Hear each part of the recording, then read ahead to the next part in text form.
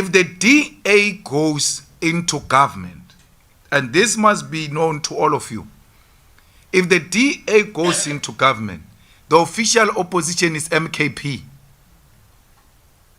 That's what you must know. That's how it works. There's no one who's going to be in government and still be an official opposition. And MKP and ourselves were together. We shall be official opposition together. We'll help each other in that role together. We are more experienced than them. We've been here. And we've got a cordial relationship with them. So, even when we are chairpersons of the committees or speakers, we remain opposition. It is allowed. There is no need, really. The people of South Africa must swallow what they've decided to chew. And they decided to chew 40% of the ANC. So why should you field a presidential candidate for what? That's what they said they want. Why do they go and make decisions and hope someone is going to rescue them from the other side? It's their own decision. They chose load shedding. They chose Ramaphosa. They chose the highest level of unemployment. They chose racism. People of South Africa need to protect someone such as Clement Manyathela. South Africans need to understand that the mistake which they had made in the past should not be repeated. They can't sit and keep quiet when people who are representing them, people are presenting their words through their social media platforms or TV channels.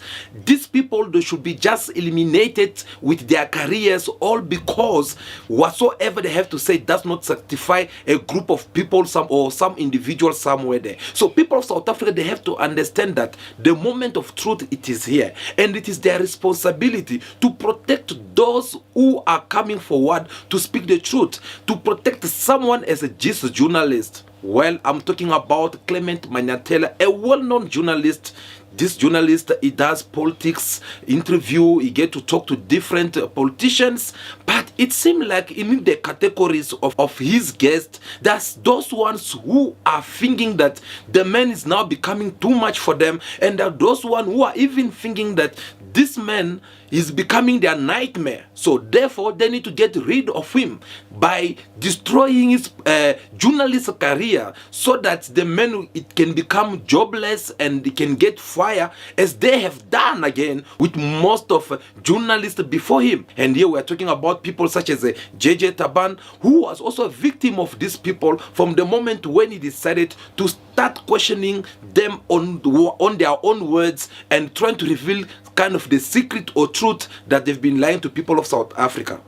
Clement Manyathela, he's been very harsh on the DA recently, and we all know what the DA stands for in this country. So he's been very harsh on them, trying to ask them a couple of questions on things which they have come and reveal on their own on TVs. So he had to go and collect all this footage with their own words to come and start asking them questions on what they have said before. Well, that seemed to be something which did not sit okay with most of these politicians. Therefore, they are looking for an opportunity to destroy his career and leave him a jobless. Now, the question is, why are them so angry about someone as a Clement Manyathela? Well, here's the proof. In order for you to understand what have happened, watch this video. So, President Cyril Ramaphosa's executive members for the 7th administration are now officially on the job. Following their swearing in yesterday, we now have a cabinet, and some ministers have already hit the ground running. Next is the cabinet Lekgotla. The minister in the presidency, Khumbudzo Ntshavheni, said this cabinet will then adopt its priorities and program of action at the scheduled Lekgotla that is expected next week. But there are a number of things that you and I should worry about, or maybe be cautious of. This GNU represents about 70% of the votes in this year's elections? So this bloc represents the majority of voters. And it's a strong force. If it remains united, it can pass bills, can pass budgets and legislation without much hassle. So this government can really have a smooth, albeit with some disagreements here and there, it can be a smooth administration. But we need to be concerned about who holds this GNU accountable. seeing that some parties in opposition are now part of the government, which slightly changes things. Yes, there are still significant parties like the MK party and the EFF and the ATM and others who can ensure and have committed to holding the GNU executives accountable. But that's a small pool of the opposition. Is that enough? The government of national unity could bulldoze parties and pass legislation using their majority. But they better be careful of that. Otherwise, the courts, like they have done in the past, can find that Parliament fails to hold the executive accountable. So just like the ANC was found wanting before for abusing its majority, it could be the case with this GNU as well, if they abuse their collective majority in Parliament. So I hope members of Parliament representing parties that are part of the GNU remember that they are constitutionally obliged to hold the GNU executive accountable, and that they can't behave in a manner that is inconsistent with the Constitution because they have the numbers to do so. So that's one thing I'm slightly worried about, but I'm sure the MK party and the EFF will rise to the occasion. Now, what we also need to look out for is the behavior of new ministers from parties that were previously in opposition. They've always been quick to criticize the government and its slow pace of implementation. They've criticized ANC ministers when there's corruption in their portfolios, even though those ministers were not directly involved. So they're going to be judged against the high standard that they have set for government when they were opposition parties in the previous administration. Government is a beast. It's easy to criticize and make noise from outside until you are in the belly of the beast and you realize how slow things are. You realize how frustrating the red tape is. So good luck to them in living up to the standards that they have set. Remember the DA criticized ministerial benefits like blue lights? Even when the ANC kept on saying, but security is the one that necessitates it. They were never convinced of the security element that the government said necessitates the blue light. So are they already using blue lights now, since they were sworn in yesterday?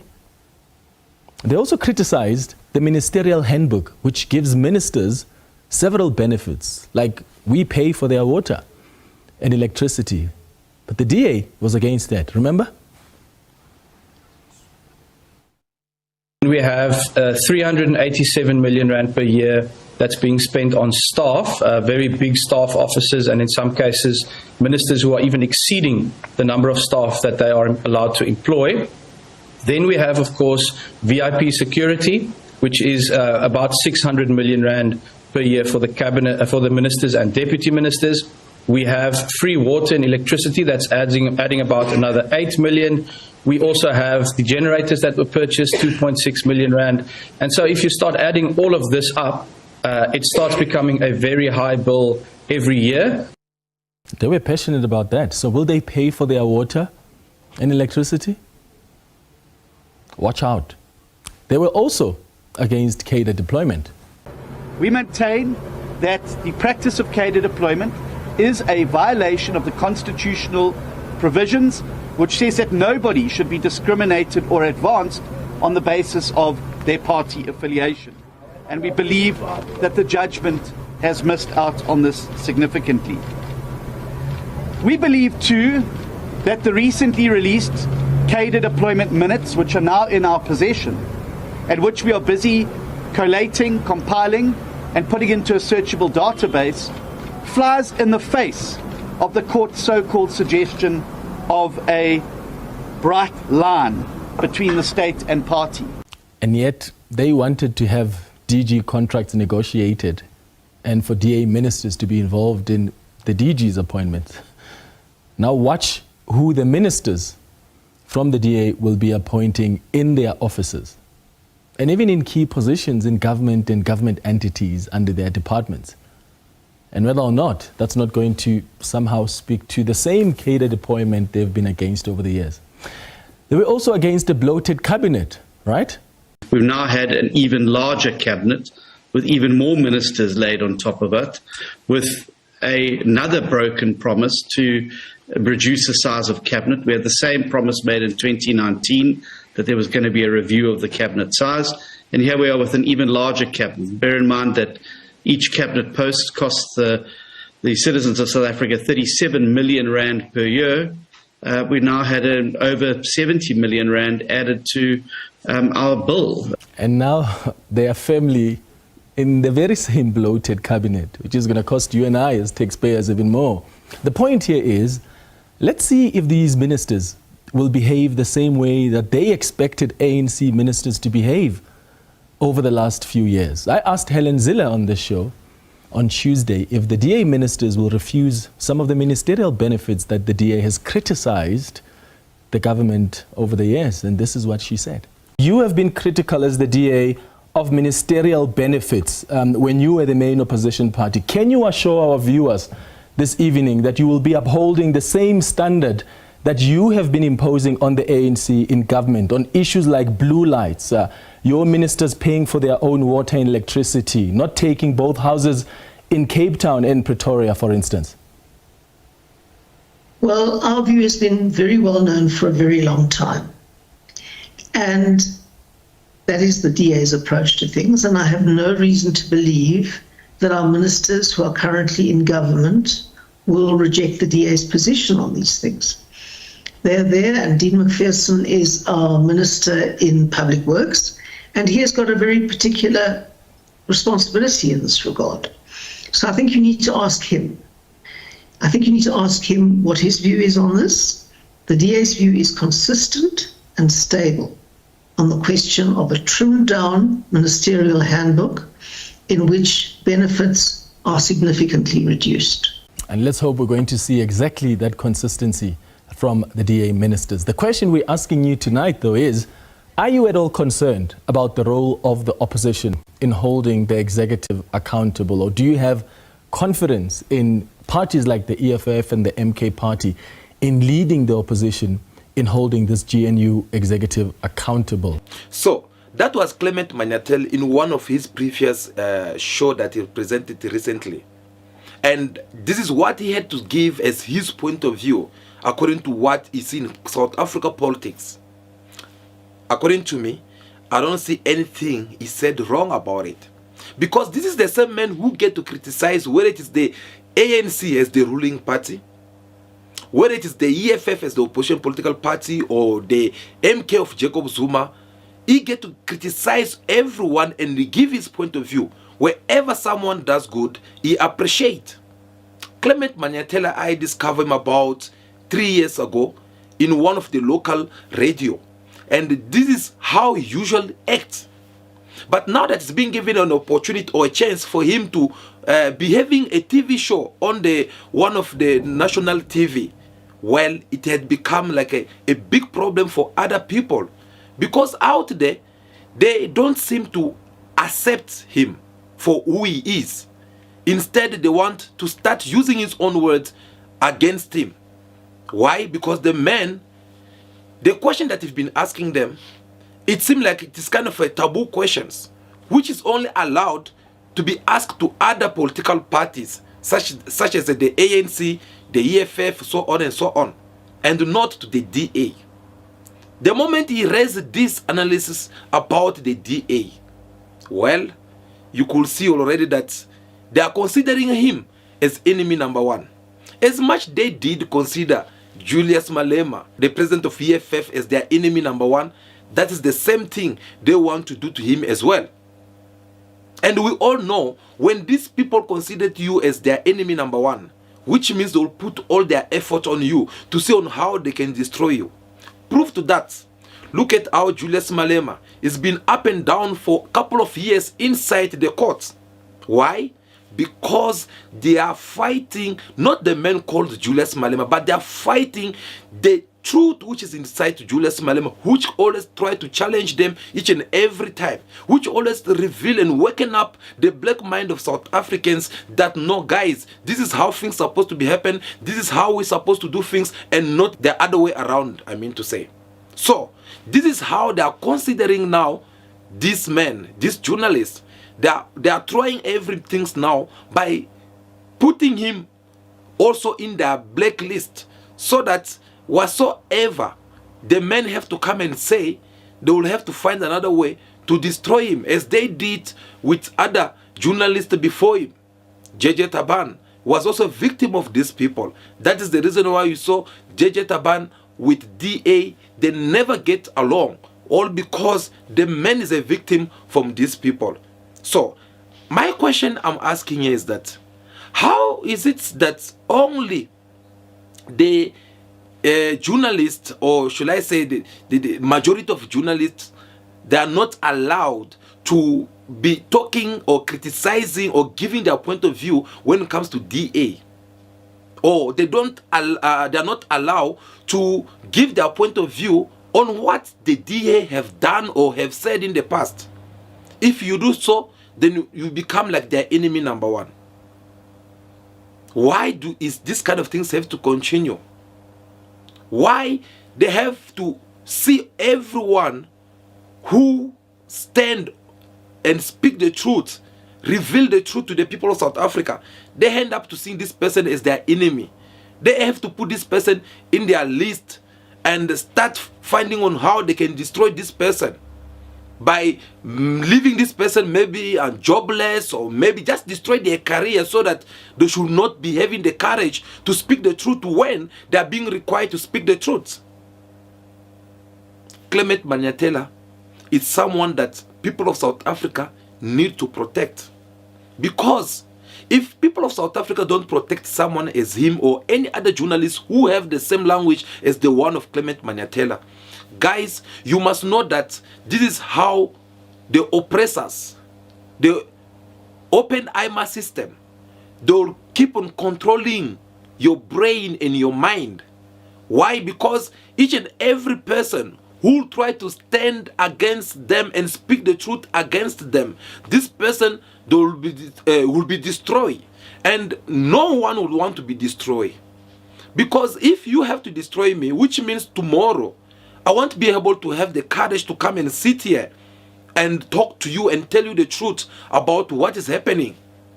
So that's also applied to people such as Clement Manyatela. If he's not well protected by South Africans, this man, I'm telling you, his journalist career to be days, actually, they will be numbered. Because one moment he will have to wake up and find himself jobless. They already squeeze every opportunities or every channels or where they're supposed to be hiring him. These people, remember, they have a lot of connections. They are controlling a lot of medias. I'm not the one who's saying this. I can give an example of Julius Malema during the about when he was about to start his campaigning, his rallies. Julius Malema said something in his press conference explaining on how they have closed all the door for EFF to not go and campaign or do some ads. They have some of the radio stations or TV stations where EFF supposed to be doing their campaign. They were charged a lot of money, and they were even asked for them to go there not by one, but they must go there as a group. And knowing or seeing a political party such as the EFF with all members that they have, I don't think they need a second political party to come and support them, so that their ads can be shown on the TV or in any other different media platforms. But when it was for DA, you also how DA ads was busy passing on all medias, and they had managed to pay everyone, and they give their comment over there, and they show them. But when it comes to the EFF, they were nowhere to be found. EFF, they campaign on their own. They went on the streets. That is where they managed to campaign, but not in the social media platform. Those are the things which Julius Malema had revealed and said that everyone who stand against this white monopolitical will be considered as their enemies. And when you listen to Julius Malema himself, he have said that he had accepted so. He know already, the man is even well prepared. You remember, he even said that even his own son, he knew already that my daddy's life is at danger. It is at risk. Anything can happen to him anytime, because he knows the kind of people he's fighting with, what they are capable of. And if they are not managing to eliminate Julius Malema physically right now, it is because of the impact and the influence that someone as Julius Malema already have among the nations, whether it is in South Africa, whether it is in Africa, whether it is around the world. If you touch someone as Julius Malema, then you'll find people of the world, you'll find Africans on your way. That is how Julius Malema is being protected. But since they could not be able to touch him physically, you see how they're busy doing him or making him suffer inside the court? They're giving him hard time inside the court and trying to destroy him there. But they keep on failing again. So they'll use all the necessary measure or tricks that they feel like they can use in order for them to take him down. But they are mistaken, because someone as Julius Malema has already been well protected by people of South Africa and the world. That is the same protections we are asking you guys to at least protect someone as this kind of journalist, because this Clement Manyatela is in the right way. And people who speak the truth, they will always have they will always have or make a lot of enemy around the world. They will say one thing which will please one person, and another things which will destroy a person or make a person get angry. Because especially in the world of politics, it's not an easy platform where you will have to deal in as a politician. Because politicians, they have these things of want to enjoy more power. They want to be having a clean or clear reputation among their people. They don't want anyone to have any. They don't want to have any scandal, even though they're the mafias of all these scandals. But they want to do it in a professional way, so that in the public they'll look like a clean people. But in secret, they do the worst. They are the one who kill, they are the one who kidnap, they are the one who do money laundering, they are the one who could do corruptions, all these kind of things which me and you, we can be arrested for and being sent to jail. They are the one who usually do it. Now, once a journalist who come and start making this kind of revelations and telling people the truth, that no, look, these people, they have said 1, 2, 3. Now they're about to do 1, 2, 3. This is not what they had promised us. Trust me. It is kind of words which will make these people to have that hatred toward this kind of journalist. And by then they'll do everything in their power to eliminate this journalist in the world of his careers or any other activities. They will try everything by all means to put this journalist at high risk, so that they can go and find themselves seated somewhere without a job there. Since they don't have the platform to be speaking the truth, no one will be listening to them, or no one will be there to listen to what they have to say. So, people of South Africa, if you love Clement Manyatela, if you love the truth and you want to encourage this kind of a message coming out from his mouth, you need to protect him. But how are you going to protect him? Well, it is very simple. As much what we are doing right now, we are contributing to this protection. You also, you need at least to speak good about someone as Clement Manyatela. You need to pass your message through your social medias to make sure that his face, his show should be followed by many South Africans out there, so that the more popularity or the more popular this man is becoming, the easier it will be for him to continue doing his job, because he will be well protected. And these people who want to hate him, they will feel like, no, before they hurt him, they will have to deal first with people of South Africa. That is how you protect the truth. That is how you protect those who are revealing the truth. I hope my message is loud and clear. Clement Manyatela should not be exposed because he's been talking the truth. Clement Manyatela should not be the victim of losing his job or being attacked by some stranger people or group of people who are seated somewhere, all just because he had said something which goes against their will. But should be a person whom deserves to be treated well, with all due respect, and appreciate him, because we need this kind of brain to be among us. That is what we are here for. Because as Pan-African platforms, we need this kind of youth who think that way, who have the courage to fight the oppressors, even from far, to fight them through their words, so that they should understand that the moment of truth is here, and no one will allow them to come and lie to Africans, especially South Africans. So I hope the message is loud and clear. Thank you so much for taking your time to watch this video until now. We really do appreciate your time to be here with us.